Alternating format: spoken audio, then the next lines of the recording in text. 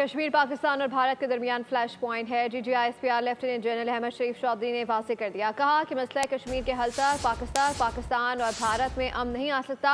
मसला कश्मीर का हल कश्मीरियों की उमंगों के मुताबिक हल होना चाहिए। सिंतास मुआहदे पर हुकूमत की पोजीशन वाज़ेह है। कोई भी जारियत की गई तो मुसल्लह अफवाज तैयार है।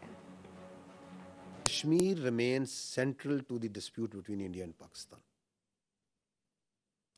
And peace between India and Pakistan will always elude till the time there is not the resolution of the Kashmir as per the United Nations resolutions and as per the will of the people of Kashmir.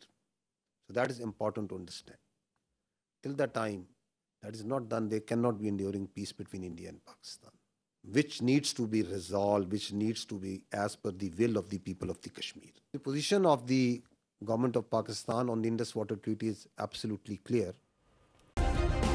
Subscribe करें और bell दबाएं ताकि कोई खबर रह न जाए।